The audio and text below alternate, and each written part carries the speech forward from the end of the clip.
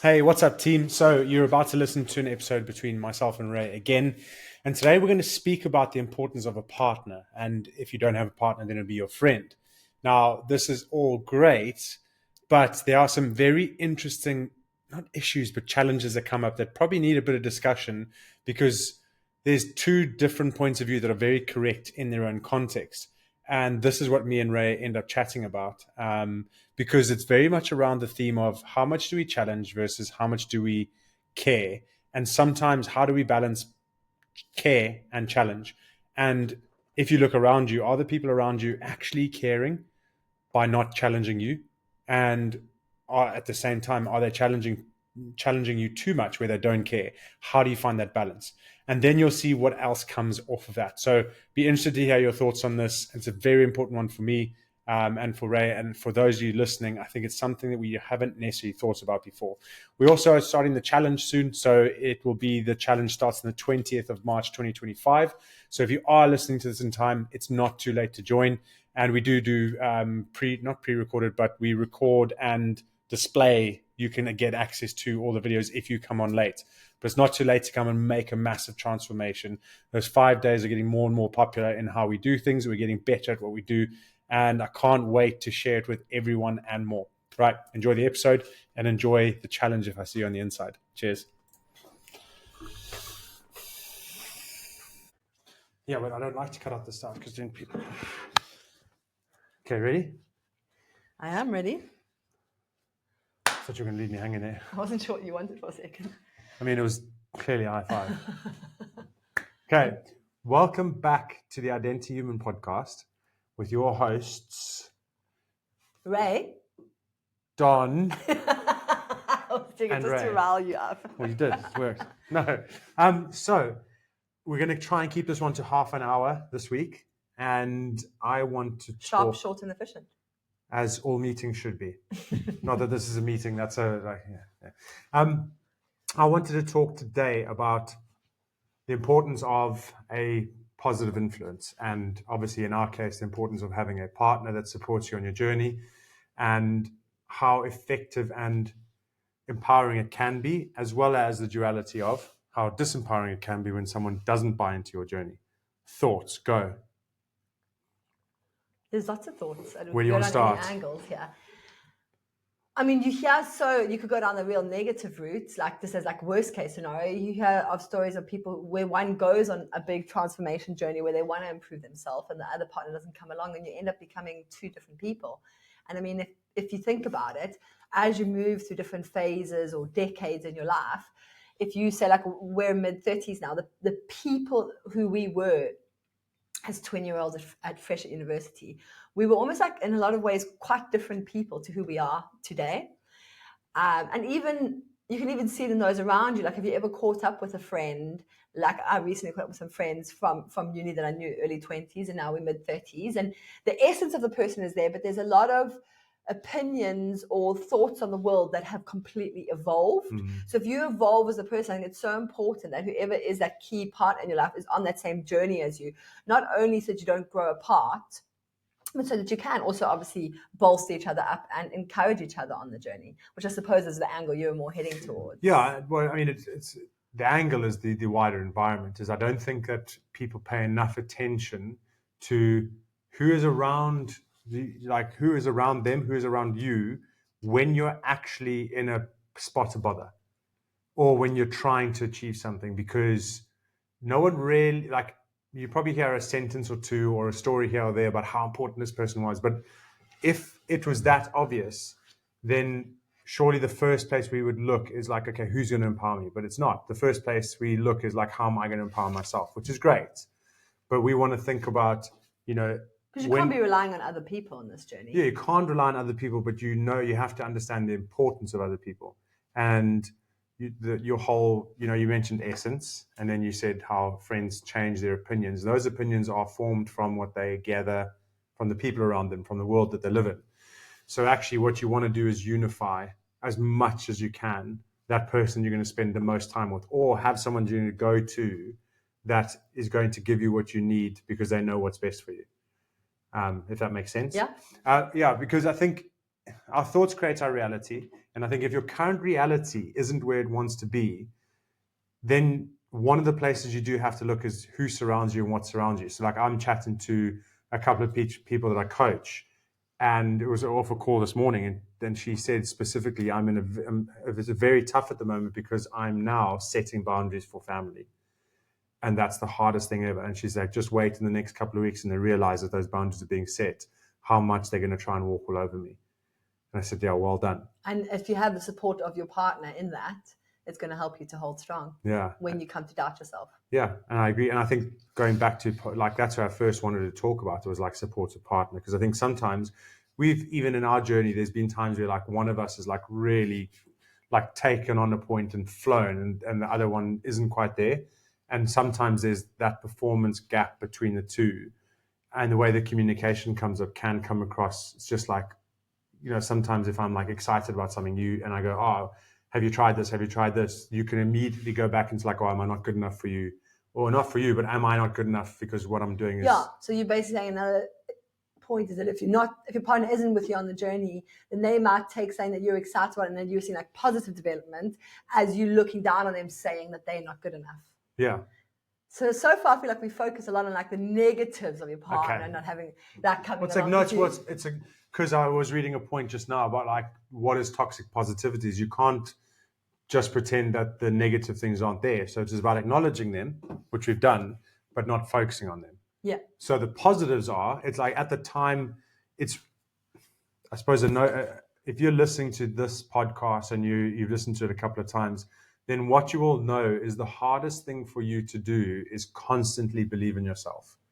And it's because you're the only one that knows all of the mistakes that you make. Yeah.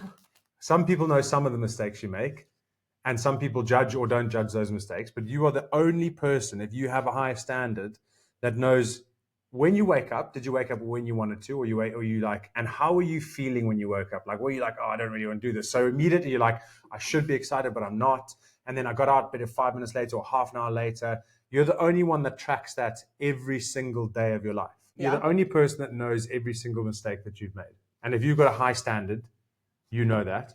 What about that person that's around you that they've got to believe in you to help you when you're in the moments of down?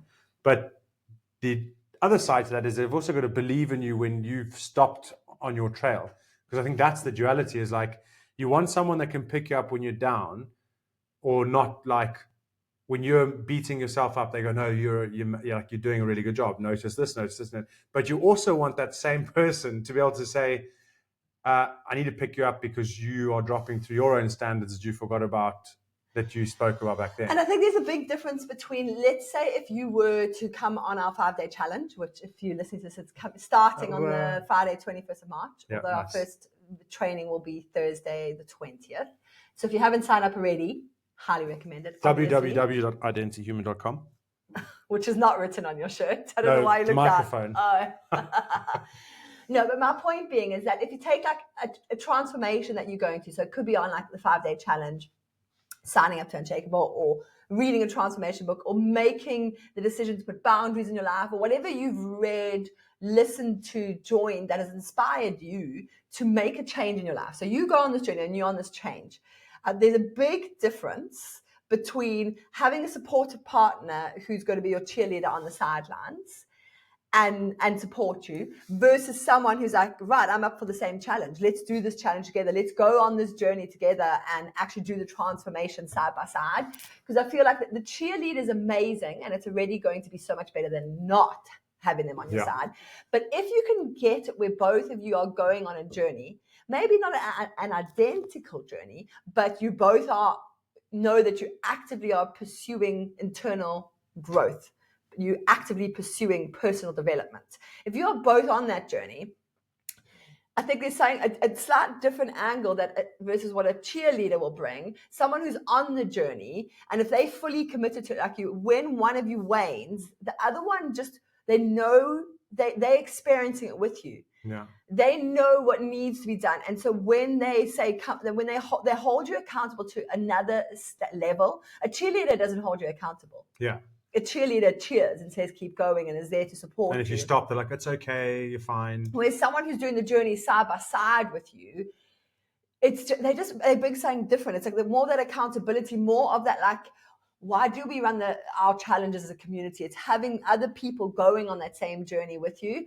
And so I think, like, if you can get your partner, and if your partner is really not interested, like a best friend or someone to do your transformation with you, you're going to have a massively more impactful journey. And you're going to, it's just, they're going to support you on the highs and understand you on the lows and not let you slip off. Yeah, and I'll probably say the challenging part to that, and why I wanted to talk about this today, is it's preparing yourself that if you've asked someone to go on that journey with you, it's great when it's great.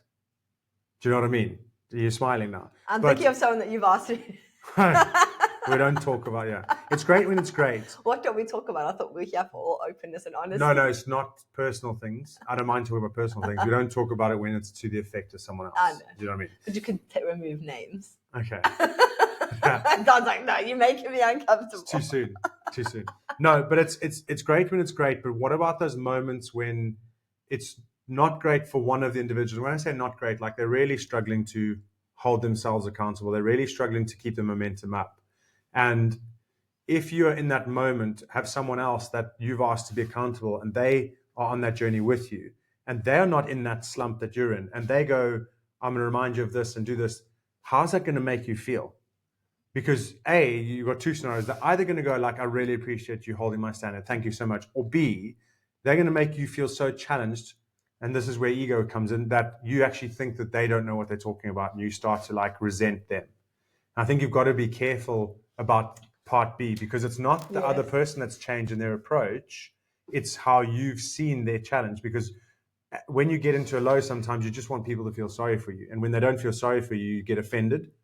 But actually, what you don't want is someone that feels sorry for you when you need to be challenged most. Because even though it's uncomfortable, that's the whole point, is your chimp or whatever, your comfort zone, your ego, your survival instinct, at that moment has got its biggest point of resistance. And if you're given at that moment, it almost reinforces how big a survival mode it can go into. Whereas if you don't give in, you just go one step further, it then goes, you ruled the roost today. You actually own this. You're going to keep going. Okay, fine. I will try again later. Yeah. You hope you're going to say something. Now, I was going to say on that point, where yes, there is an element of responsibility on the person. If you that person and you're feeling down, like you're no longer motivated for the transformation, to not take any encouragements to carry on as like a personal attack. But I also think we've learned a lot in our journey of both trying to self-develop, that there's a degree of both of you, like if there's two partners, whether it's husband and wife or friends doing a journey together, business partners, whatever it may be, there's there's a great, what do I want to say? Don't underestimate the impact that you can have on the other person by just continuing to do what you do.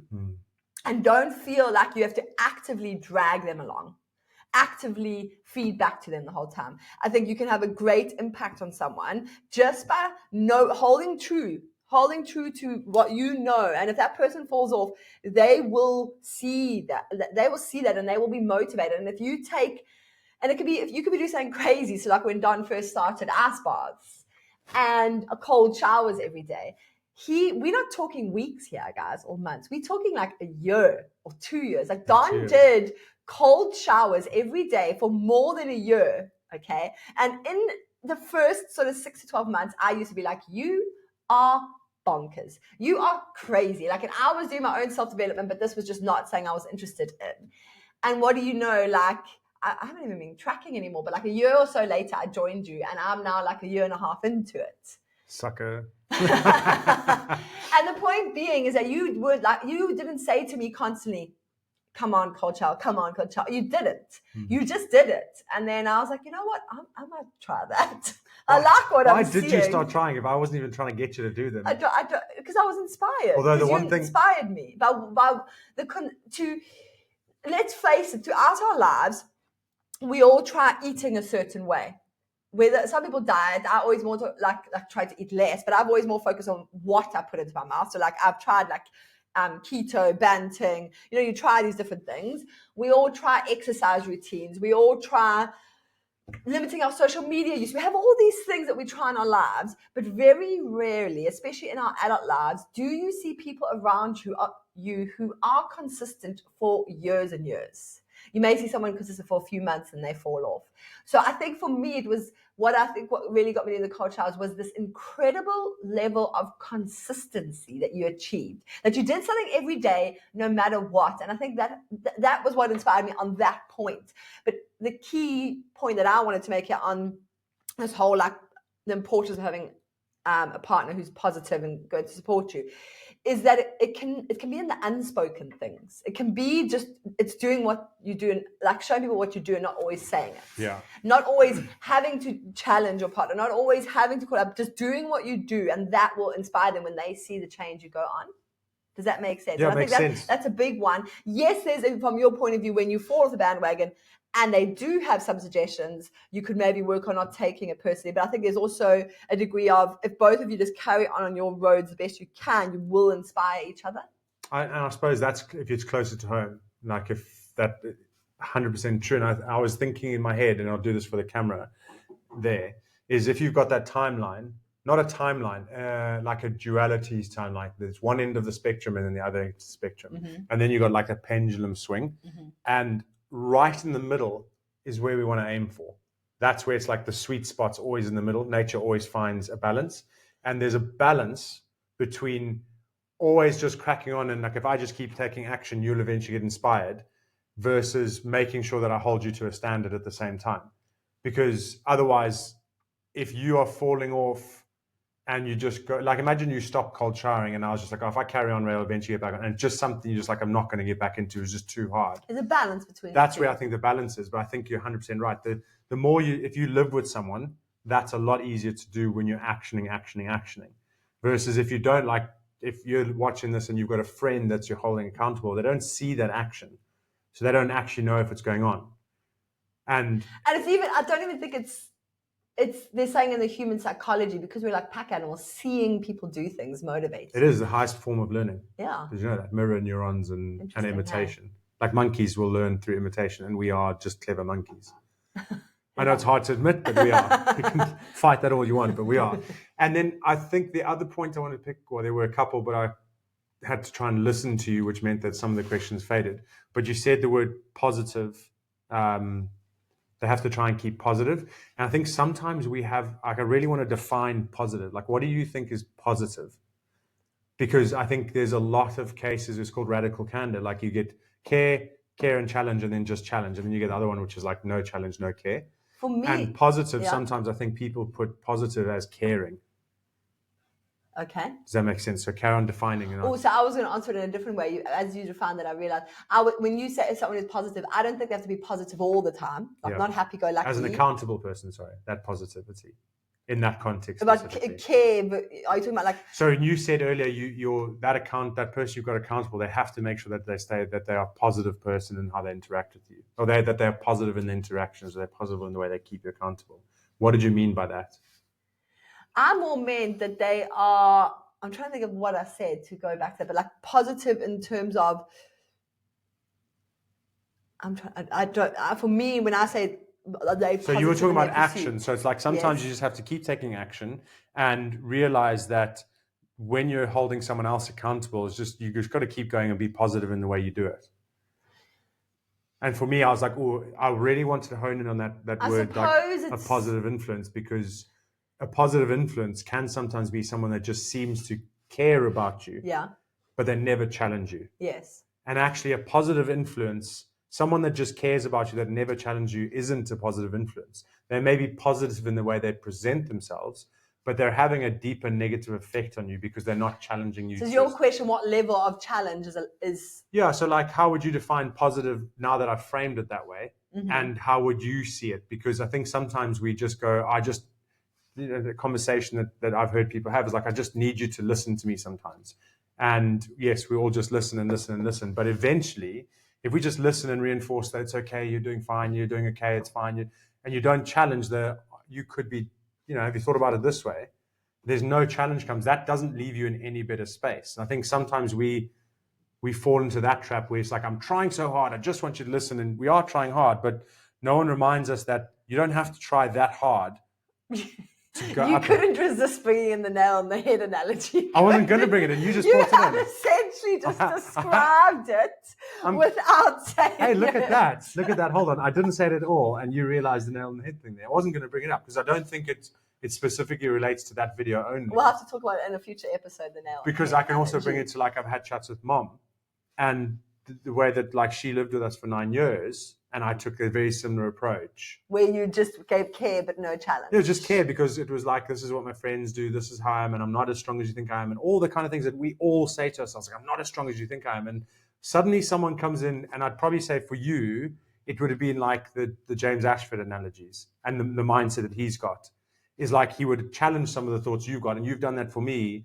when I come home and we spoke about biases and you can't have a business and family kind of thing and all that. Is actually, it's like you could have been like, oh, you're right, it's fine, you're doing so well, but you're like, well, says who? You can do better. And suddenly it was like, okay, I've tried all of that and I was trying so hard, but because you made me question that level of thinking, I've gone into that next one and you're like, geez, I can't believe I thought that way. But I never would have got there if you didn't give me a bit of like a, I mean, clearly from these examples, there's a need for challenge. I think it's just in a couple or in any people doing something together, whether it's like married couples or friends, whatever. When it comes to that challenge piece, it has to be delivered in the right way. And I feel like that comes really down to understanding the person and understanding their motivators and how you can challenge them.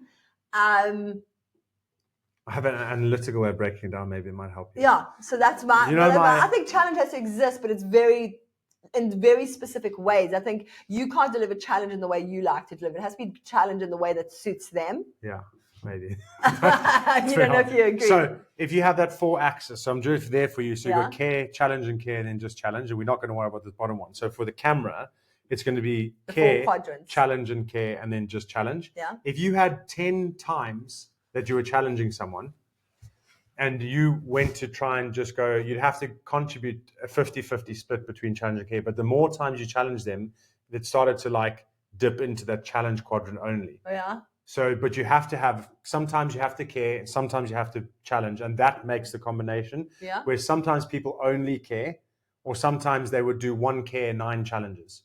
Is that what you're with me? Yes, yeah. Or so there's actually only 2 quadrants, and then the balance of those 2 makes that 3rd quadrant, which we're like challenge and care. Yes. So you'd want to go care, challenge, care, challenge, rather than going challenge, care. Oh, look, I care about you. That's why I'm challenging you. Because where that pendulum swings, it's weighted by the amount of time. So your example was you have to know the person. So you can't just challenge according to how you see things, because you're in a better space. And you're constantly challenging me. It's only because I care. It's only because I want the best for you.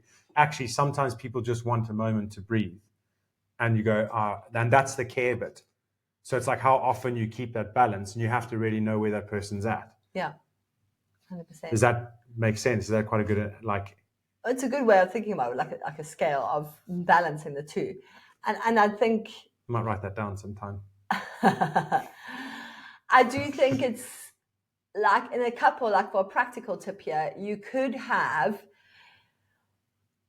like a code word or a phrase that you use where you could say, actually you used it for a while, and now like you would say, do you want me to just listen, or do you want me to, what was the other option? Or can I give my opinion? Give my opinion, something like that. Yeah. So if I came from a stressful day or something, and I started talking, they'll be like, okay, is this one of those sessions where you just want me to listen, or can I give an opinion? Yeah. And I think that can be really impactful, because that's then the person who needs to receive that message can kind of say, I just need you to listen today. But it's also then being hyper aware. And this is where I suppose the partner could challenge. They could say, if I then responded, no, I need you to just listen, you could say, but hold on, the last 5 times you just told me to listen. Yes. When is an opportunity for me to challenge? And I think it's important to have that conversation around, listen, I think there is a challenge here that I have a different viewpoint on this that I would like to bring to the table. Are you ready to hear it? I've been getting that wrong, haven't I? Because I don't ask that normally. Well, I have. You did for a while, but then I stopped because I'm like, raised back on it. But then sometimes I would push back and say, I just really need you to listen, and you'd be like, oh, and I'm like, I just need you to listen today. I have been listening. I just haven't been asking the question, and that's it. So it's like bringing to awareness that, like, in my head, I had listened to you other 7 times and then not said anything, but you hadn't realized I just listened. So when by the challenge asking that question, it brings comes up at a point of awareness. awareness to say to that, it's almost like instead of you s- counting in your head, but almost you could count, okay, I've listened the last 7 times. And I Now I'm remember going you to saying challenge. that to me. I've listened so much lately where but you almost hadn't pre-faced our discussions to say, oh, great, I want to hear what you have to say, but is this a listening or an opinion? Have we just like, this a is listening or an opinion chat?